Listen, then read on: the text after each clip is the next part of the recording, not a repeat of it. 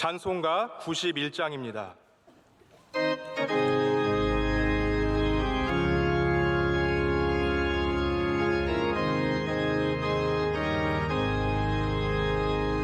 슬픈 마음 있는 사람 예수 이름 믿으면 영원토록 변함없는 기쁜 마음 얻으리. 예수의 이름은 세상의 소망이요. 예수의 이름은 천국의 기쁨일세. 거룩하신 주의 이름 너의 방패 삼으라. 환난 시험 당할 때에 주께 기도드려라. 예수의 이름은 세상의 소망이요. 예수의 이름은 천국의 기쁨일세. 존귀하신 주의 이름 우리 기쁨 되도다. 주의 품에 안길 때에 기뻐 찬송 부르리. 예수의 이름은 세상의 소망이요. 예수의 이름은 천국의 기쁨일세. 우리 갈 길 나간 후에 보좌 앞에 나아가 왕의 왕께 경배하며 멸류관을 드리리. 예수의 이름은 세상의 소망이요. 예수의 이름은 천국의 기쁨일세.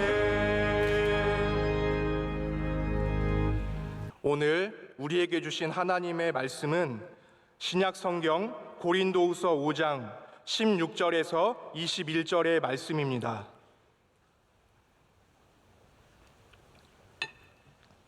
신약 성경 291면에 있는 고린도후서 5장 16절에서 21절의 말씀입니다. 이 말씀을 저와 여러분이 한 절씩 교독하고 마지막 21절은 합독하겠습니다. 그러므로 우리가 이제부터는 어떤 사람도 육신을 따라 알지 아니하노라. 비록 우리가 그리스도도 육신을 따라 알았으나 이제부터는 그같이 알지 아니하노라.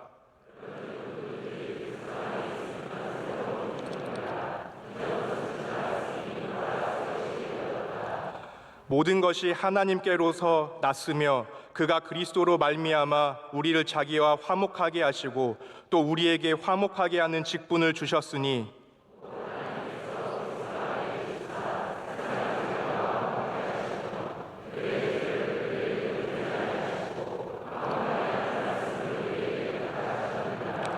그러므로 우리가 그리스도를 대신하여 사신이 되어 하나님이 우리를 통하여 너희를 권면하시는 것 같이 그리스도를 대신하여 간청하노니 너희는 하나님과 화목하라. 하나님이 죄를 알지도 못하신 이를 우리를 대신하여 죄로 삼으신 것은 우리로 하여금 그 안에서 하나님의 의가 되게 하려 하심이라. 아멘.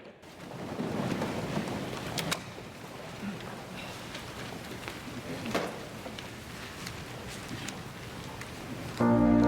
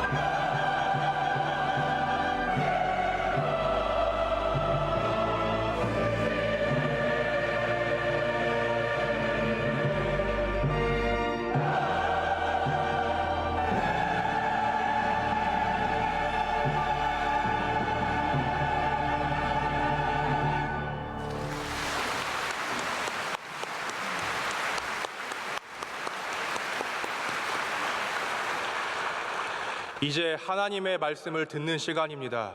담임 목사님께서 하나님과 화목하는 자 제야의 말씀 선포하실 때 큰 은혜의 시간 될 줄 믿습니다. 할렐루야. 네, 하나님께서 영광 받으신 줄로 믿습니다. 오늘 우리 고린도후서 5장의 마지막 말씀을 함께 읽었는데, 오늘 말씀 안에는 우리가 참 잘 아는 말씀이 있습니다.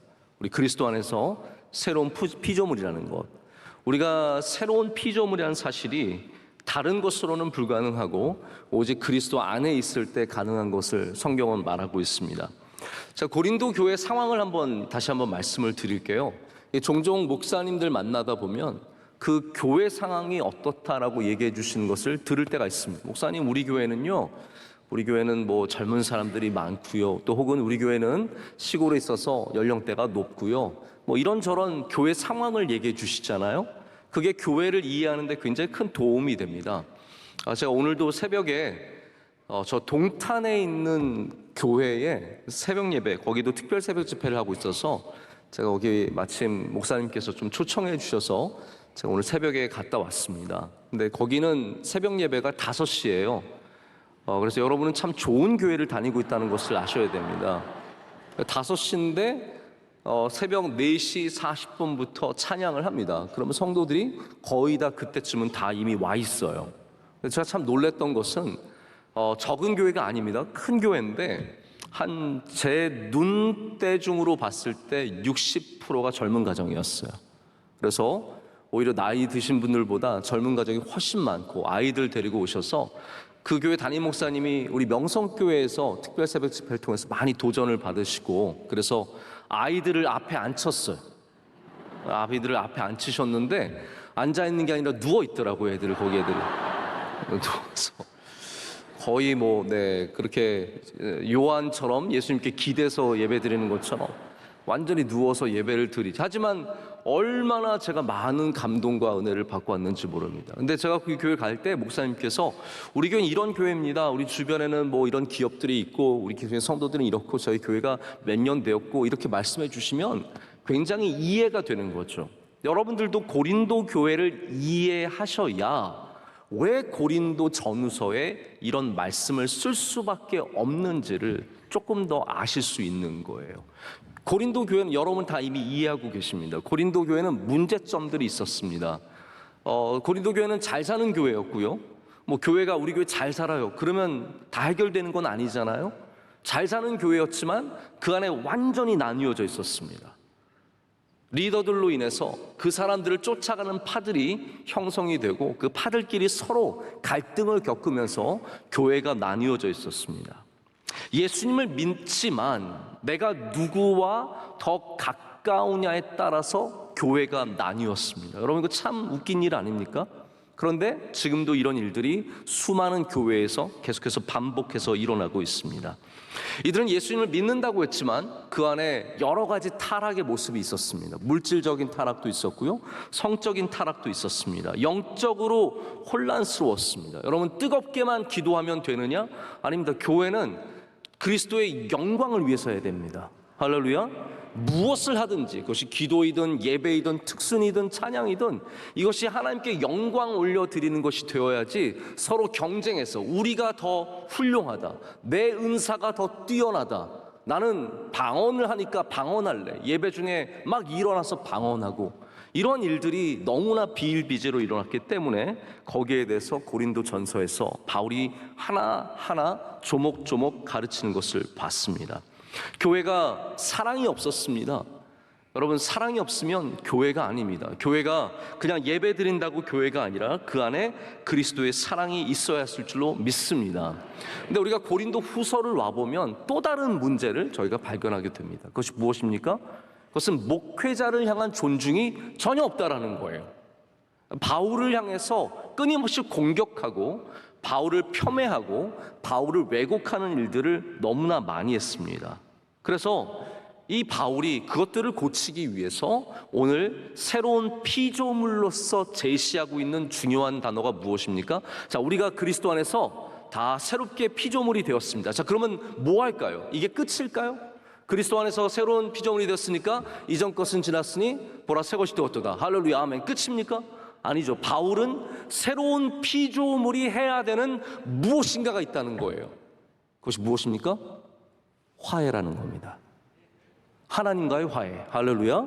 하나님과의 화해. 그리고 바로 우리가 그 화해의 사신, 대사가 되어서 사람들에게 하나님과 화해하도록 권고하고 말씀을 전하는 것. 이것이 바로 우리가 해야 하는 사명이라고 지금 오늘 말씀은 전하는 겁니다.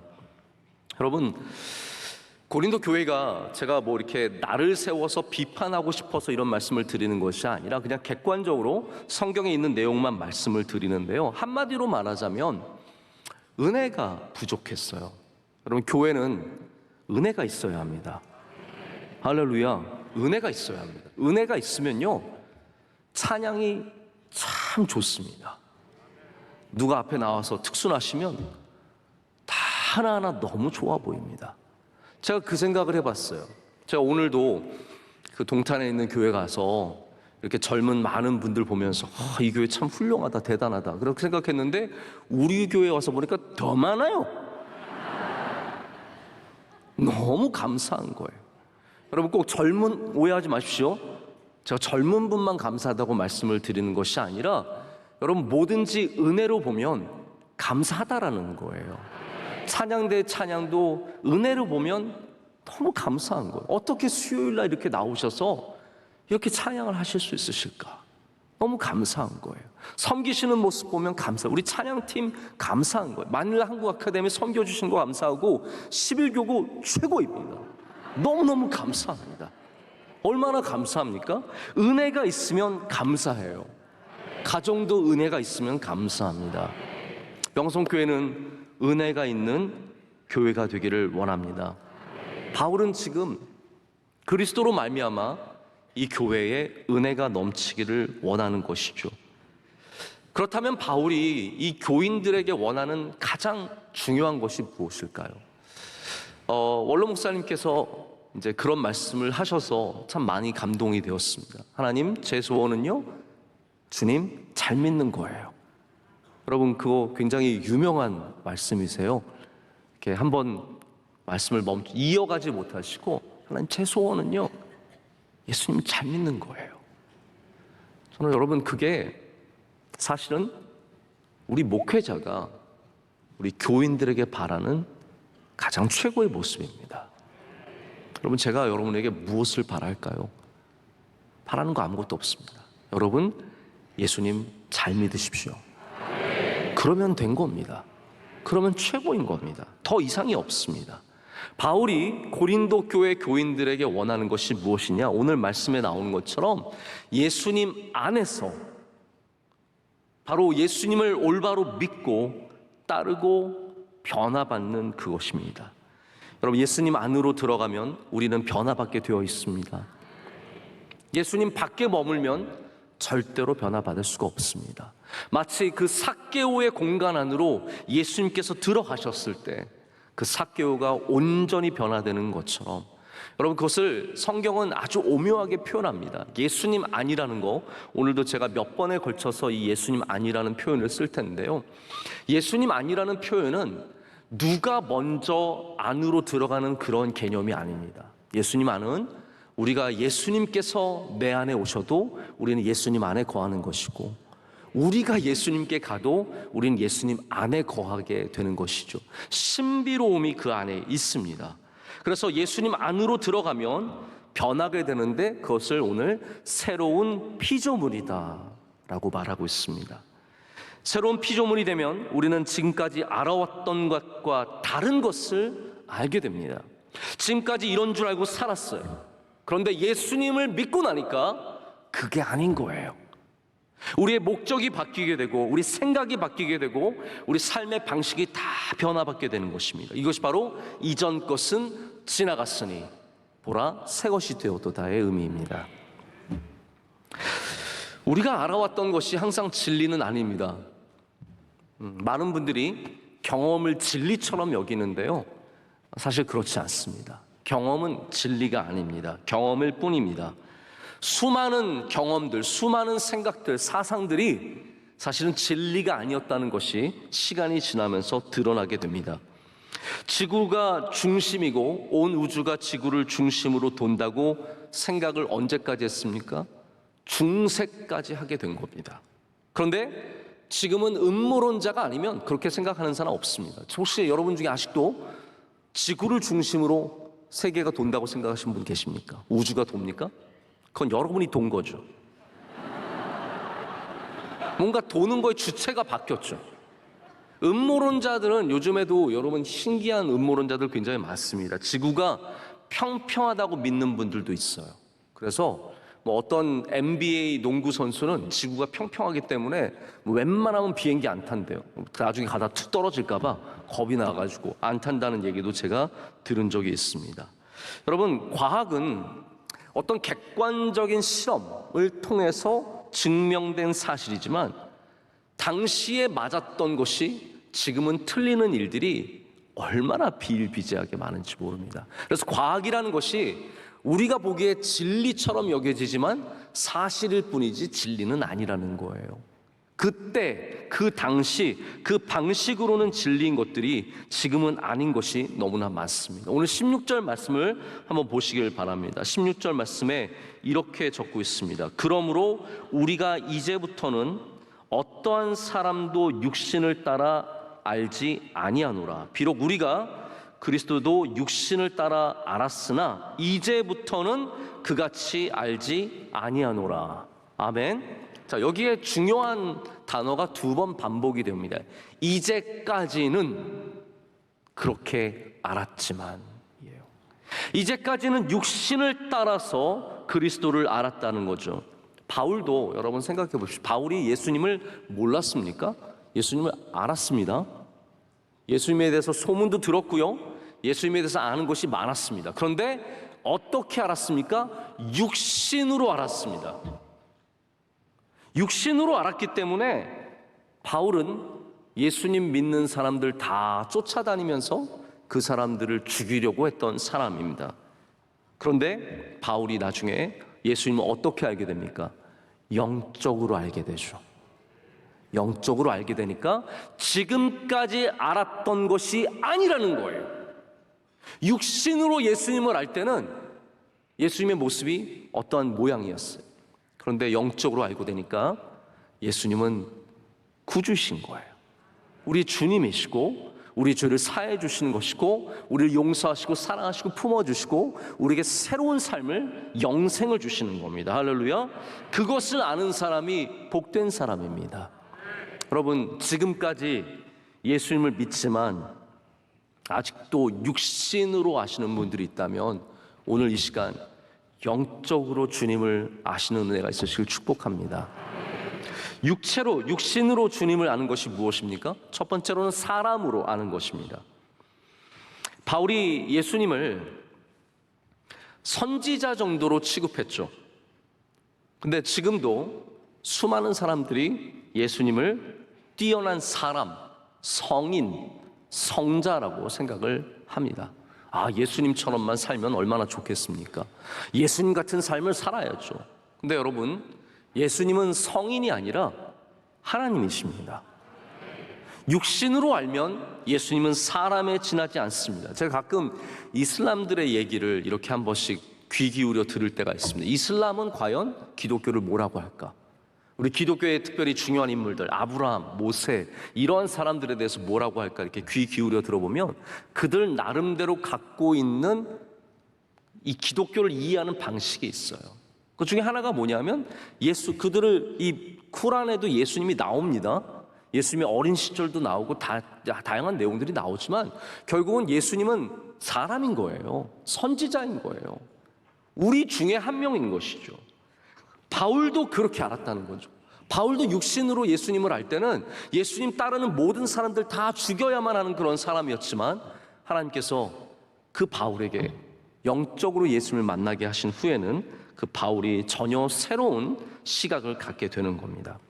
육신으로 안다는 것은 또한 예수님을 선생님 정도로 여기는 겁니다. 예수님께서 이 땅에서 굉장히 많은 사역을 하셨지만 대표적으로 우리가 세 가지 사역, 보통 예수님의 3대 사역이라고 하는 게 있습니다. 뭐 너무나 잘 아시겠지만 가르치시는 일과 전파하시는 일, 하나님의 나라를 전파하시는 일과 치유하시는 일, 세 가지를 가장 중요하게 봅니다. 근데 선생님으로 아는 분들은 이 디다케, 예수님께서 가르치신 것만 주목해서 봅니다. 많은 사람들이, 신학자들이 예수님을 육신으로 압니다. 그래서 성경을 육신적으로 해석하죠. 제가 지난번에 한번 이런 말씀 드린 적이 있는데요. 우리나라 사람들이 미국 대통령들에 대해서 굉장히 오해하는 게 많습니다. 그래서 미국 대통령들이 다 예수님 잘 믿은 줄 아는데 사실은 꼭 그렇지는 않습니다. 그리고 우리가 아는 지금의 예수님을 잘 믿는 것과 17세기, 18세기 그 당시에 예수님을 잘 믿는 모습은 조금 다른 게 많았어요. 그렇기 때문에 지금에 딱 정형화시켜서 그냥 교회 예배 잘 나가는 대통령의 모습은 지미 카터부터 시작했다고 해도 과언이 아닙니다. 그 전엔 좀 달라요. 특별히 이 토마스 제퍼슨이라고 하는 아주 유명한 미국의 대통령이 있었죠. 제퍼슨이 뭘 만들었냐면요, 자기의 성경을 만들었어요. 이 성경을 만들어서 국회의원들한테 다 나눠줬어요. 근데 그 성경이 어떤 성경이냐 하면 예수님의 기적을 다 잘라버렸어요. 지금도 그래서 제퍼슨 바이블이라고 치면은 제퍼슨이 편집한 성경이 나옵니다. 근데 이 성경에는 모든 신적인 요소들은 다 빠지고 예수님의 좋은 말씀들, 이웃 사랑해라, 용서해라, 베풀어라, 이런 좋은 말씀만 담아서 예수님을 우리에게 제시해 줍니다. 여러분, 예수님은 그러면 그냥 좋은 선생님이십니까? 그거는 육신으로 예수님을 알 때는 좋은 선생님이지만 영적으로 알게 되면 예수님은 우리를 사랑하시는 바로 하나님의 아들 그리스도이십니다. 우리가 육신으로 또한 예수님을 알면 세 번째로는 육신의 것을 제공해 주시는 분으로만 생각을 하게 됩니다. 여러분, 예수님은 물론 우리에게 좋은 것을 주시는 분이십니다. 예수님께서도 스스로 그렇게 말씀하셨어요. 하나님께 좋은 것을 달라고 구하면 아버지가 아들에게 다른 걸 주겠냐라는 거예요.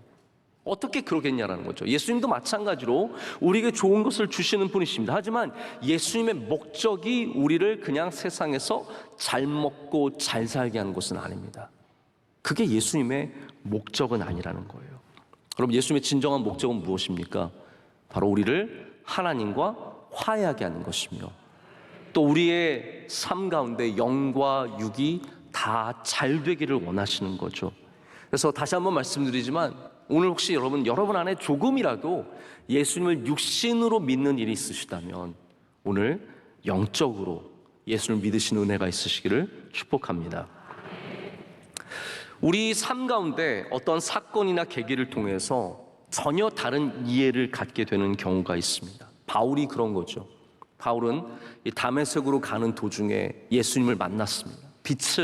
그 강한 빛을 보고 눈이 멀었었고 그는 예수님을 만나게 됩니다. 그로부터 그는 전혀 새로운 피조물이 되어서 이전 것을 완전히 다 지나가고 새 것이 되었습니다.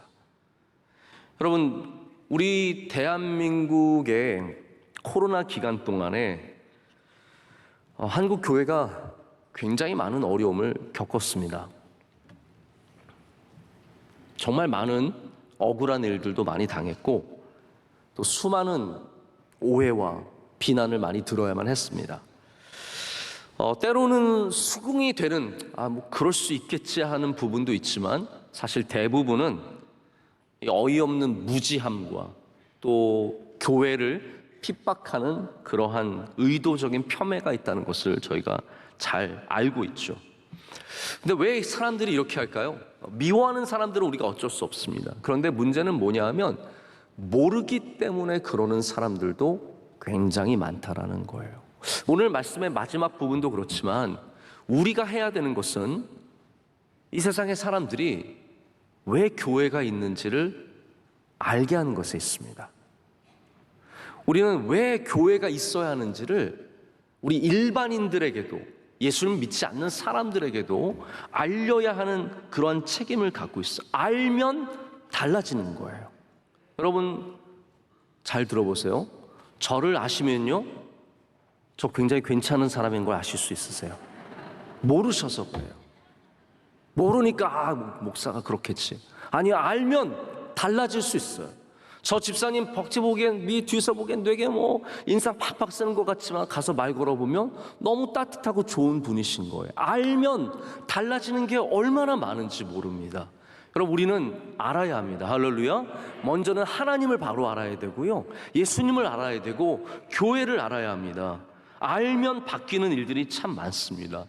제가 지난번에 한번 이런 말씀 드린 적 있는 것 같은데요, 제가 흑인 동네에 가서 정말 저희 아내와 함께 뉴욕에 이제 교회를 저희가 섬길 때인데, 흑인 교회 가서 타이어가 펑크 났을 때 저 너무 무서워. 야, 우리 둘이 이제 여기서 순교하는구나.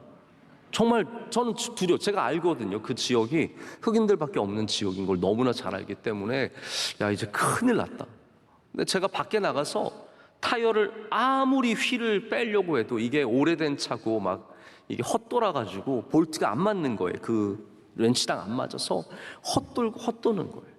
근데 정말 건장한 흑인들이 차에서 내리는 거예요. 이렇게 세단에서 딱 내려서, 야, 진짜. 그래서 저는 그때 정말, 돈을 뺏기기만 하면 감사하겠다. 이게 죽이지만 않으면 감사하겠다. 설마 대낮에 죽일까? 이러면서 제가 맞았거든요. 근데 그 건장한 흑인들이 세단에서, 차 안에서 소리가, 여러분 차 안에서 나는 소리 아시죠? 이렇게 음악 크게 틀어, 이게 딱 열려서 덩덩덩덩덩덩 이러면서 딱 나오는 거예요. 야, 큰일 났다. 근데 딱 나오더니 저한테, 브라더, 형제요, 너 뭐가 문제냐고 묻는 거예요. 나 타이어가 펑크한데 내가 이거를 휠을 못 뺀다. 벌벌벌 떨면서 I can't take off this bolt. 굉장히 두렵게 말했는데, 그래, 내가 도와줄게. 그 건장한 청년이 딱딱 하니까 그대로 나사가 풀려가지고 타이어 휠 다 껴주고요, 그냥 인사만 하고 고마워, 잘 지내, 그러고 그냥 갔어. 제가 그 뒤로 그 지역에 대한 두려움이 사라졌어요. 여러분, 알면 그 사람도 사람인 거예요. 우리가 두려워하니까, 알지 못하니까 끊임없이 두려워할 뿐이죠. 바울이 예수님을 몰랐기 때문에 예수를 핍박한 겁니다. 예수 믿는 사람 다 잡으러 다닌 겁니다. 그는 유대인의 입장에서 예수님을 알았습니다. 육신으로 알았습니다. 그래서 나무에 달린 자는 저주받은 거예요. 예수님은 우리를 구원하신, 이게 얼마나 여러분 관점이 다릅니까? 유대인들은 예수님을 나무에 달려 죽은 자, 저주받은 사람으로 보고 있는 것이고, 그러나 바울이 예수님을 만났을 때는 그것이 바로 우리의 죄를 사해 주시는 화해의 모습이었다라는 거죠. 이게 얼마나 관점이 달라지는 겁니까? 여러분, 그렇기 때문에 우리는 우리 주변에 있는 사람들이 예수님을 만나도록 바로 그 사신의 역할을 해야 될 줄로 믿습니다. 예수님을 만나면 바뀔 수 있습니다. 남편이 예수님을 모르니까 핍박하고 교회를 모르니까 그렇게 뭐라 그러시는 거지, 와서 은혜를 받으면, 주님을 알게 되면 다 바뀔 줄로 믿습니다. 자녀들이 예수님을 몰라서 세상에서 방황하고 끝까지 거부하는 것이지, 주님의 사랑을 경험하게 나면 여러분 변화될 줄로 믿습니다. 그것이 바로 새로운 피조물이 얻는 은혜입니다.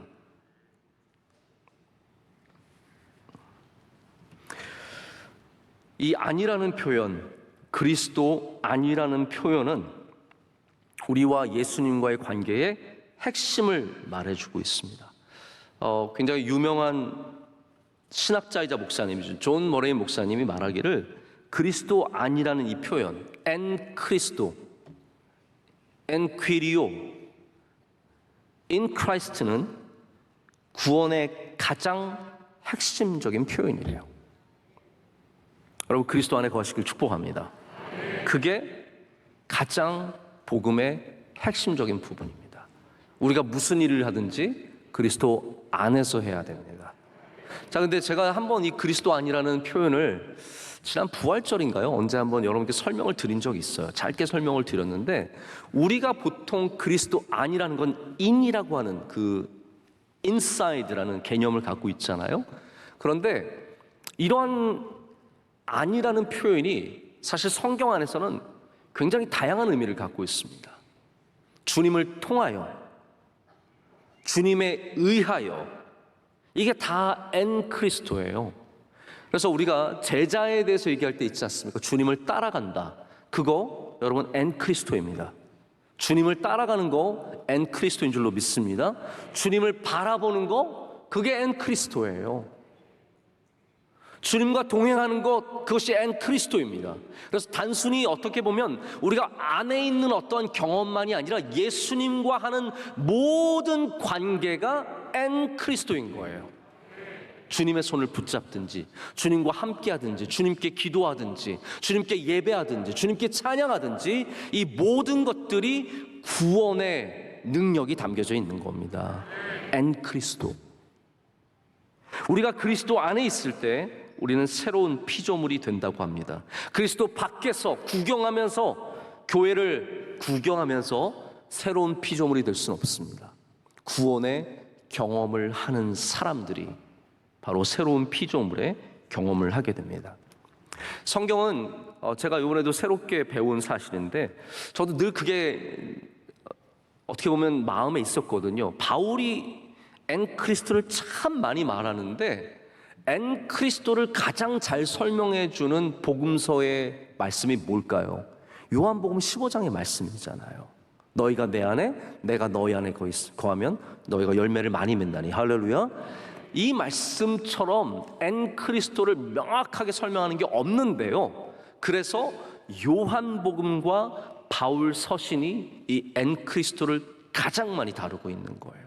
다른 곳에서는 별로 발견되지 않지만 요한복음과 그래서 바울의 서신서가 굉장히 일맥상통하는 부분들이 있다라는 거죠. 근데 제가 이 포도나무 가지를 통해서 다시 말씀을 드리자면 이 접붙임이라는 거 이게 참 신비한 거 아닙니까? 제가 우리나라 배를 먹을 때마다 어떻게 이런 배가 있을 수 있을까? 네? 죄송합니다. 갑자기 시원한 배 드시고 싶으시죠? 우리나라 배는 보물이에요. 전 세계 어딜 가도 그런 배를 먹을 수 있는 데가 없습니다. 사실 서양 배도 나름 맛이 있어요. 그게 이제 달고 그렇기 때문에 맛은 있지만 한국 배는 물도 많죠, 달죠, 아삭아삭 시원하죠. 근데 여러분 이게 한국 배가 결국은 원래부터 조선시대부터 그 배가 있었던 건 아니잖아요. 이게 어떻게 보면 개량되고 개종되고 계속해서 발전하다가 여기까지 오게 된 거거든요. 이거 발전시키는 방법이 지금은 유전자 이런 많은 것들이 있겠지만 대부분은 접붙임이라는 기술을 통해서 품종을 개량하고 발전을 시키는 겁니다. 제가 왜 이런 말씀을 드리냐면요, 우리가 예수 그리스도 안에, 다시 말해서 우리가 주님께 접붙이게 되면 우리는 열매를 맺는데 누구의 열매를 맺게 됩니까? 이거 굉장히 중요한 문제예요. 자, 다시 말씀드릴게요. 관심 없으신 분들, 자, 질문을 드리고 있습니다. 질문은 무조건 싫어하시는 분들이 계세요. 잘 들어보세요. 우리가 가지입니다. 주님께서 말씀하셨어요. 나는 포도나무요, 너희는 가지라고 말씀하셨어요. 우리가 가지인데 그것이 돌감람나무, 참감람나무 떠나서 우리가 주님께 접붙임을 하면 우리 가지를 통해서 맺히는 열매는 누구의 열매입니까? 그리스도의 열매잖아요. 그리스도의 열매. 내 열매가 더 이상 아니라는 거예요. 그래서 구원받은 사람의 삶의 열매는 그리스도의 것입니다. 이제는 내가 내 주장대로 내 원하는 대로 사는 것이 아니라 주님 안에 내가 딱 붙였기 때문에 주님의 뜻이 이루어지는 삶을 살게 되는 것이죠. 그것이 오늘 말씀의 무엇입니까? 그게 바로 화해라는 거예요. 화해를 누가 할 수 있느냐? 그냥 내가 오늘 화해해야지, 그걸로 화해하는 게 아니라는 겁니다. 우리가 주님 안에 새로운 피조물이 되어야 거기에 화해라는 열매가 맺힐 수 있다는 겁니다. 우리가 예수님 안에 있을 때 예수님이 기뻐하시는 열매들 맺혀질 줄로 믿습니다. 바울은 고린도 교회가 화해하는 교회가 되기를 원했습니다. 왜 그렇습니까? 먼저는 지금 우리 고린도 후서의 맥락을 아시잖아요. 고린도 간다고 했다가 안 간다라고 하는 그러한 오해 때문에 지금 고린도 교회가 바울을 계속해서 비난하고 있는 거거든요. 한마디로 말하자면 바울은 고린도 교회와 화해하고 싶은 겁니다. 그렇겠죠? 우리 화해하자는 거예요.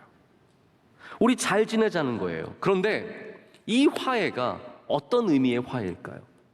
바울이 생각하기를 고린도 교회가 우리 항상 연보하면 고린도 교회가 떠오릅니다. 왜냐하면 고린도 교회는 돕는 것을 그래도 기뻐하는 교회였어요. 연보를 드리는 교회였어요. 바울의 사역이 도움이 되었어요. 그러니까 바울이 내 사역에 도움이 되니까 고린도 교회랑 화해해야지, 이런 생각을 가졌겠습니까? 뭐 우리가 남이가 그러면서 화해하자는 걸까요? 아니에요. 자, 들어보십시오. 바울이 고린도 교회와 화해하기 원하는 이유는 잘 지내고 그래서 도움을 받고 그래서 함께 뭐 좋은 일 하자, 이런 의미가 아닙니다. 다시 말씀드리자면 그 이유는 뭐냐면 화해는 하나님이 모든 구원받는 사람에게 주신 직분이기 때문에 그 직분을 감당하기 위해서 화해하자는 거예요. 다시 말씀드립니다. 내가 좋기 위해서 화해하는 것도 아니고 잘 지내자고 화해하는 것도 아니고, 화해가 구원받은 백성이 반드시 감당해야 하는 사명이기 때문에 화해하자는 겁니다. 그럼 왜 교회가 하나 되어야 합니까? 우리 늘 에베소서에도 뭐 하나라는 말씀 굉장히 많이 나오고 교회가 하나됨을 굉장히 강조하는데, 그럼 왜 우리가 하나 되어야 합니까? 하나 되면 멋진 일을 할 수 있으니까요. 한경직 목사님이 유명한 말씀하셨죠. 교회가 싸우지만 않아도 부흥한다. 이거 진짜 맞는 말씀이거든요. 그러면 부흥하기 위해서 그냥 하나 되어야 합니까? 아닙니다. 우리는 무슨 일을 하든지 하나님의 말씀 때문에 해야 돼요. 우리가 하나 된다면 하나님께서 교회가 하나 되라고 말씀하셨기 때문에, 그것이 하나님의 뜻이기 때문에 하나가 되어야 된다라는 거예요. 자꾸 하나라고 해서 죄송합니다. 하나가 되어야 해요.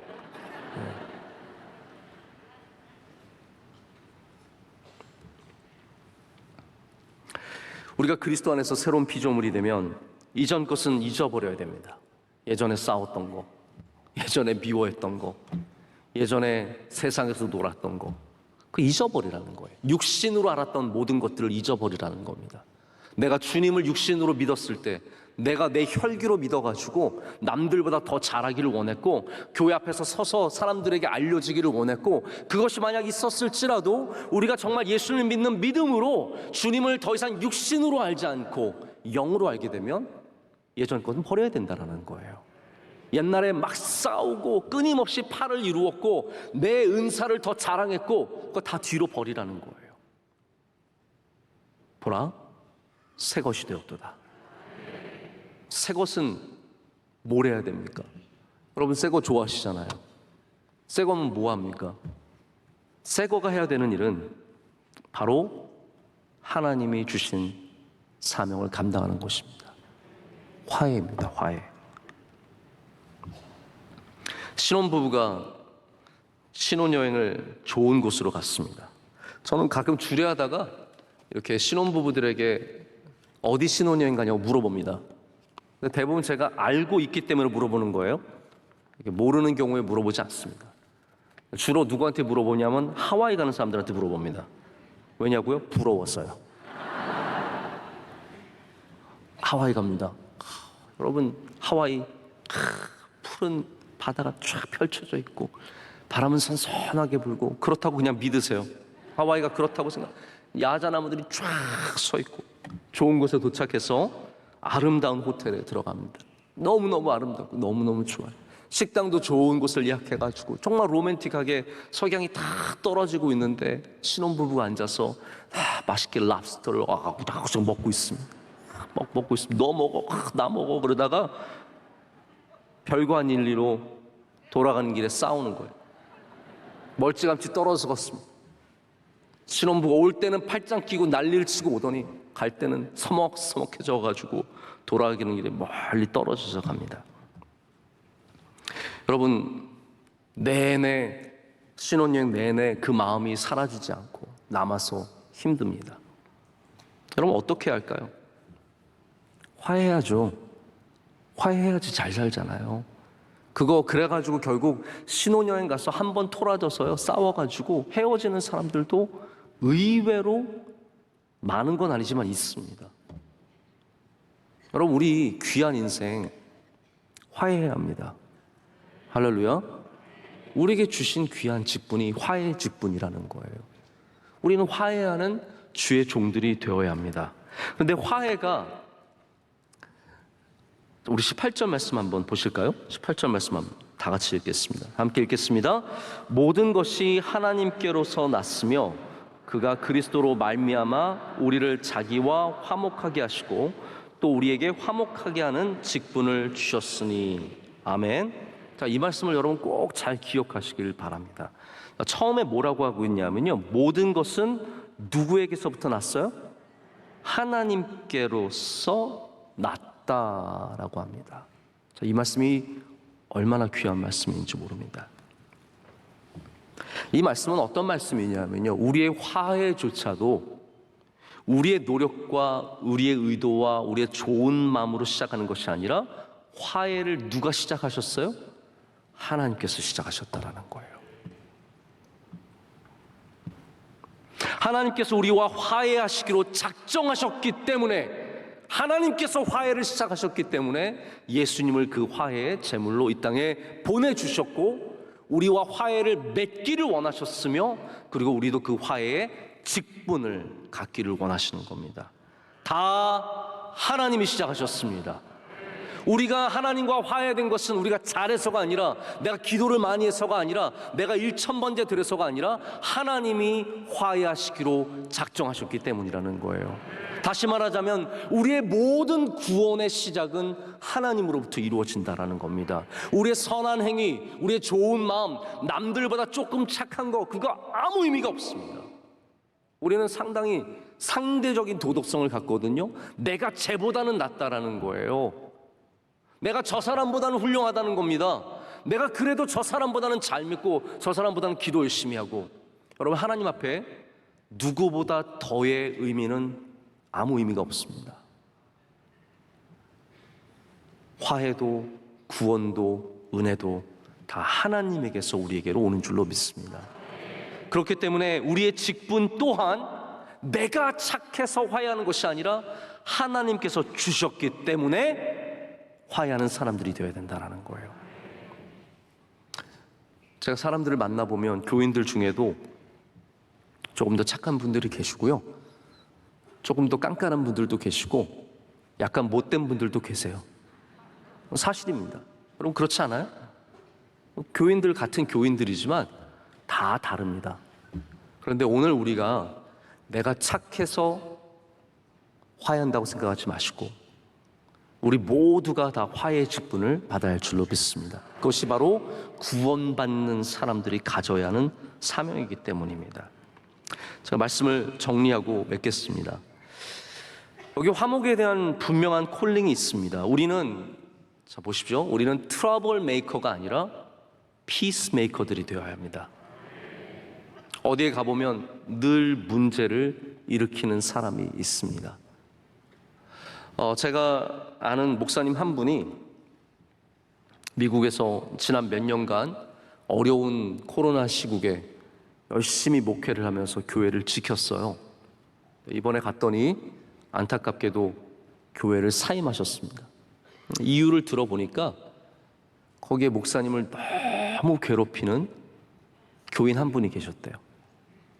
이분이 너무 지나치게 괴롭히고 힘들게 하고, 근데 문제는 뭐냐면 이분 전에 있는 목사님도 괴롭혀서 쫓아낸 사람이에요.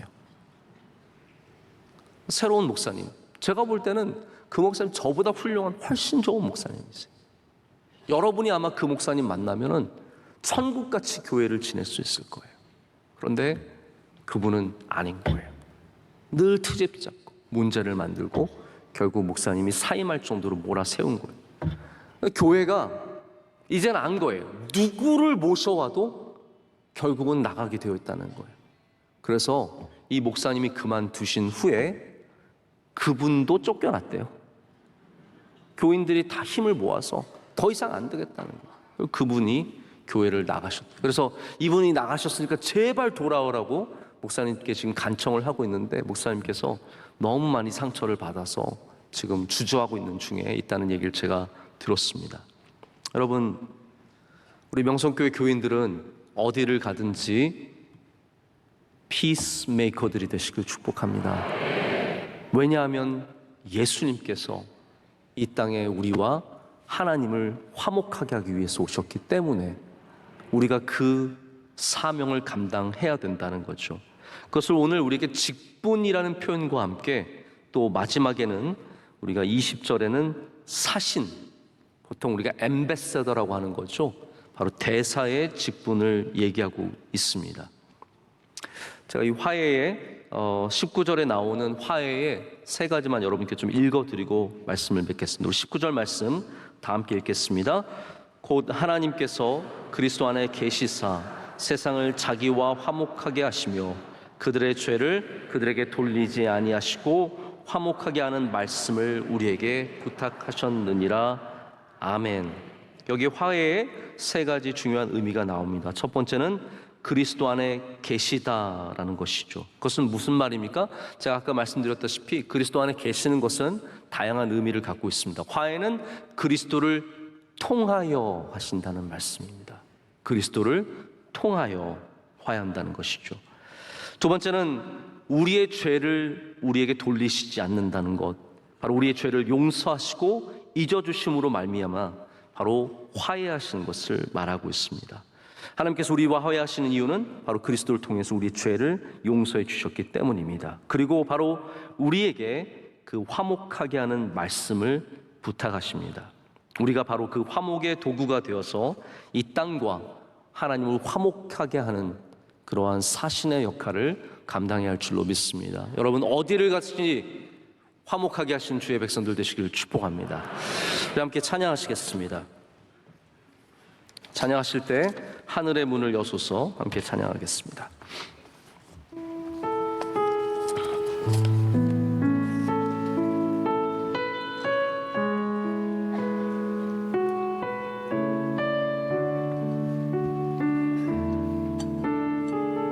하늘의 문을 여소서.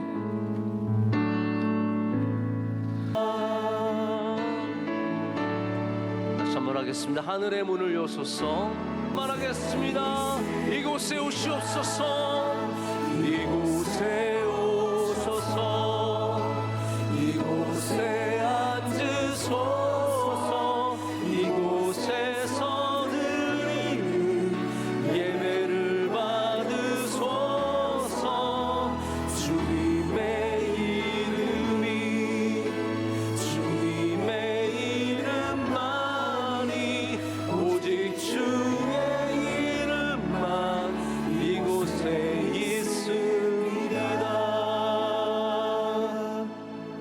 이제는 우리 주 예수 그리스도의 크신 은혜와 하나님 아버지의 영원하신 사랑과 성령님의 함께하심이 주의 말씀을 붙잡고 주님 주신 세상으로 나가는 주의 모든 사랑하는 성도들에게, 가정에게, 그 모든 기업에 이제로부터 영원토록 함께하시기를 간절히 축원하옵나이다. 아멘.